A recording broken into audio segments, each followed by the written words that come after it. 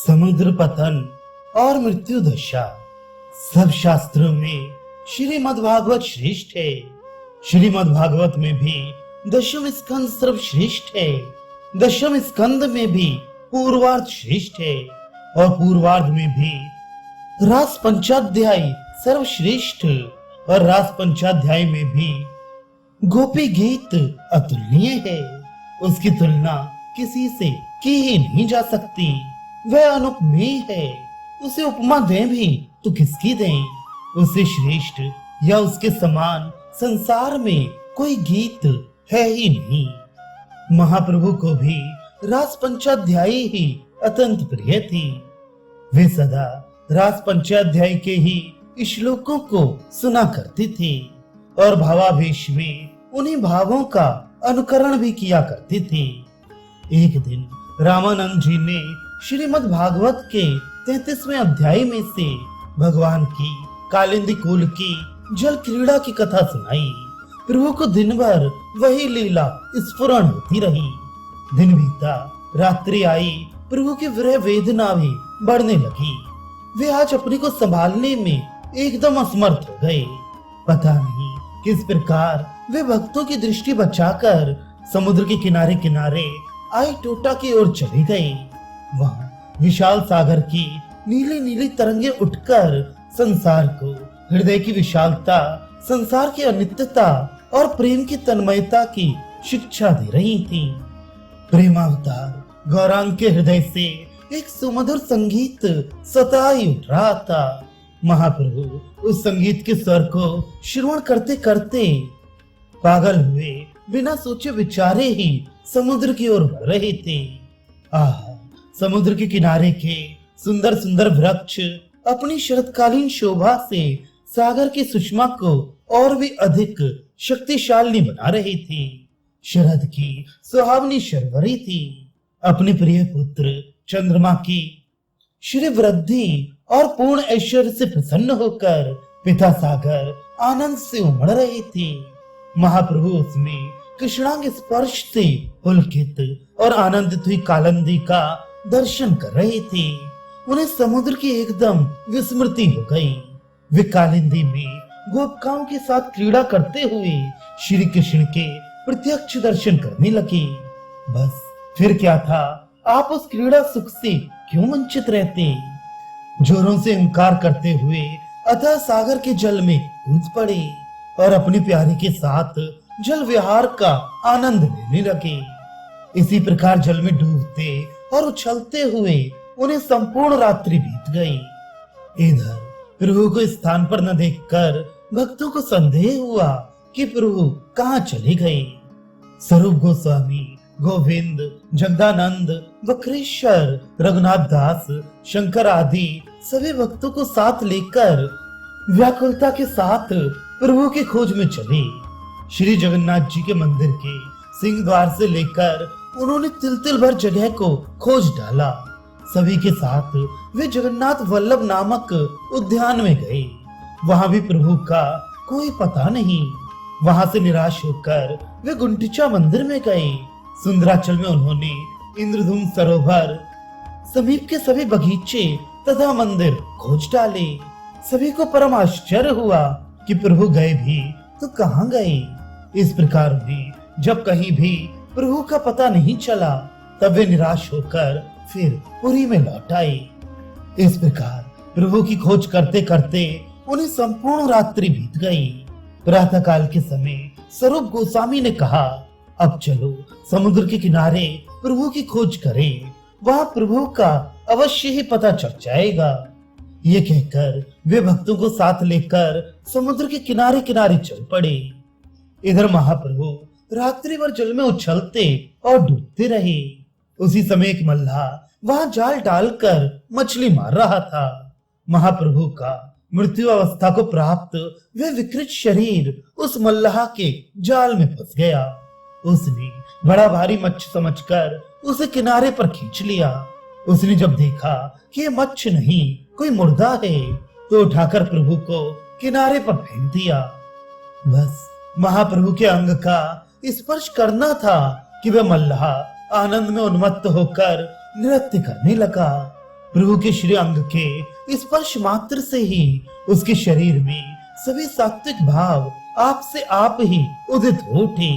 वह कभी तो प्रेम में विवल होकर हंसने लगता, कभी रोने लगता, कभी गाने लगता और कभी नाचने लगता। वह भयभीत हुआ, वहां से दौड़ने लगा। उसे भ्रम हो गया कि मेरे शरीर में भूत ने प्रवेश किया है। इसी भय से मैं भागता भागता आ रहा था कि इतने में ये भक्त भी वहां पहुंच गए। उसकी ऐसी दशा देखकर रूप गोस्वामी ने उससे पूछा, क्यों भाई, तुमने यहाँ किसी आदमी को देखा है? तुम इतने डर क्यों रहे हो? अपने भय का कारण तो हमें बताओ। भय से कांपते हुए उस मल्लाह ने कहा, महाराज, आदमी तो मैंने यहाँ कोई नहीं देखा। मैं सदा की भांति मछली मार रहा था कि एक मुर्दा मेरे जाल में फंसाया। उसके अंग में भूत था, वही मेरे अंग में लिपट गया है। इसी भय से मैं भूत उतरवाने के लिए ओझा के पास जा रहा हूँ। आप लोग इधर ना जाएं। वह बड़ा ही भयंकर मुर्दा है। ऐसा विचित्र मुर्दा तो मैंने आज तक कभी देखा ही नहीं। उस समय महाप्रभु का मृत्यु दशा में प्राप्त शरीर बड़ा ही भयानक बन गया था। कविराज गोस्वामी ने मल्लाह के मुख से प्रभु के शरीर का जो वर्णन कराया है उसे उन्हीं के शब्दों में सुनिए। स्वरूप गोस्वामी के पूछने पर मल्लाह कहने लगा, मनुष्य तो मैंने यह कोई नहीं देखा है। जाल डालते समय एक मृतक मनुष्य मेरे जाल में आ गया। मैंने उसे बड़ा मस्त जानकर उठाया।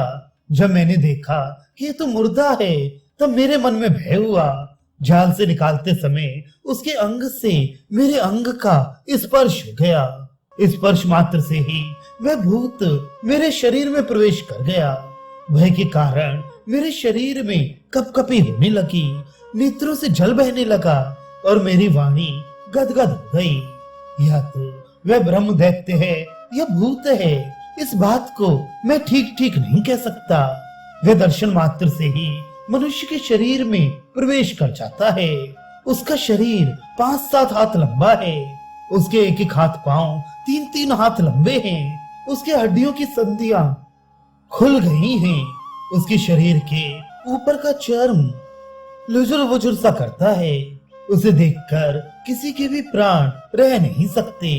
बड़ा ही विचित्र रूप धारण किए है। दोनों नेत्र चढ़े हुए हैं। कभी तो गौ शब्द करता है और कभी फिर अचेतन हो जाता है। इस बात को मल्लाह के मुख से सुनकर स्वरूप गोस्वामी सब कुछ समझ गए कि वह महाप्रभु का ही शरीर होगा। उनके अंग स्पर्श से ही इसकी ऐसी दशा हो गई है। भय के कारण इसे पता नहीं कि यह प्रेम की अवस्था है। ये सोचकर वे कहने लगे, तुम ओझा के पास क्यों जाते हो? हम बहुत अच्छी ओझाई जानते हैं, कैसा भी भूत क्यों ना हो। हमने जहाँ मंत्र पढ़ा नहीं, बस वहीं उसी क्षण वह भूत भागता हुआ ही दिखाई देता है। फिर वह क्षण भर भी नहीं ठहरता। ऐसा कहकर स्वरूप गोस्वामी ने वैसे ही झूठ मूठ कुछ पढ़कर अपने हाथ को उसके मस्तक पर छुड़ाया और जोरों से उसके गाल पर 3 तमाचे मारे। उसके ऊपर भूत थोड़े ही था, उसे भूत का भ्रम था। विश्वास के कारण वह भय दूर हो गया। तब स्वरूप गोस्वामी ने उससे कहा कि तू जिन्हें भूत समझ रहा है वे महाप्रभु चैतन्य देव हैं। प्रेम के कारण उनकी ऐसी दशा हो जाती है। तू उन्हें हमको बता कहाँ है, हम उन्हीं की खोज में तो यहाँ आए हैं। इस बात को सुनकर वह मल्लाह प्रसन्न होकर सभी भक्तों को साथ लेकर प्रभु के पास पहुंचा। भक्तों ने देखा स्वर्ण के समान प्रभु का शरीर चांदी के चूरे के समान समुद्र की बालका में पड़ा हुआ है। आंखें ऊपर को चढ़ी हुई हैं, पेट फूला हुआ है, मुंह में से झाग निकल रहे हैं। बिना किसी प्रकार की चेष्टा किए हुए उनका शरीर गीली बालका से सना हुआ निश्चेष्ट पड़ा हुआ है। सभी भक्त प्रभु को घेर कर बैठ गए। हम संसारी लोग तो मृत्यु को ही अंतिम दशा समझते हैं, इसलिए संसारी दृष्टि से प्रभु के शरीर का यही अंत हो गया। फिर उसे चैतन्यता प्राप्त नहीं हुई, किंतु रागानुगामी भक्त तो मृत्यु के पश्चात भी गृहिणी को चैतन्यता लाभ कराते हैं। उनके मत में मृत्यु ही अंतिम दशा नहीं है।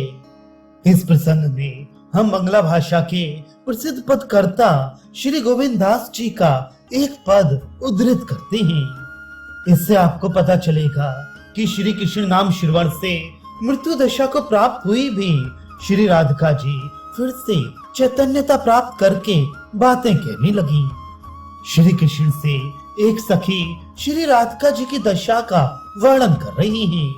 सखी कहती है, हे श्याम सुंदर राधिका जी, कुंज भवन में तुम्हारे नाम को दिन रात रटते रटते अत्यंत ही दुबली हो गई हैं। जब उनकी मृत्यु के समीप की दशा मैंने देखी तब उन्हें उस कुंज कुटीर से बाहर कर लिया। प्यारे माधव, अब तुमसे क्या कहूँ, बाहर आने पर उसकी मृत्यु हो गई। सभी सखियां उसकी मृत्यु दशा को देखकर रुदन करने लगी। उनमें एक चतुर सखी थी, वह उसके कान में तुम्हारा नाम बार बार कहने लगी। बहुत देर के अनंतर उस सुंदरी के शरीर में कुछ कुछ प्राणों का संचार होने लगा। थोड़ी देर में वे गदगद कंठ से श्याम ऐसा कहने लगी, तुम्हारे नाम का त्रिभुवन में ऐसा गुण सुना गया है कि मृत्यु दशा को प्राप्त हुआ प्राणी भी पुनः बात कहने लगता है। सखी कहती है, तुम इस बात को झूठ मत समझना। यदि तुम्हें इस बात का विश्वास ना हो तो मेरे साथ चलकर उसे देख आओ। यह पद गोविंदास कवि द्वारा कहा गया है। इसी प्रकार भक्तों ने भी प्रभु के कानों में हरि नाम सुनाकर उन्हें फिर जागृत किया। वे अर्धवाह्य दशा में आकर कालिंदी में होने वाली जल खेल का वर्णन करने लगे। वे सांवला सभी सखियों को साथ लेकर यमुना जी के सुंदर शीतल जल में घुसा। सखियों के साथ वे नाना भांति की जल क्रीड़ा करने लगा। कभी किसी के शरीर को भिगोता, कभी 10-20 को साथ लेकर उनके साथ दिव्य दिव्य लीलाओं का अभिनय करता। मैं भी उस प्यारे की क्रीड़ा में सम्मिलित हुई। वे क्रीड़ा बड़ी ही सुंदर थी। इस प्रकार कहते कहते प्रभु चारों ओर देखकर स्वरूप गोस्वामी से पूछने लगे, मैं यहाँ कहाँ आ गया? वृंदावन से मुझे यहाँ कौन ले आया?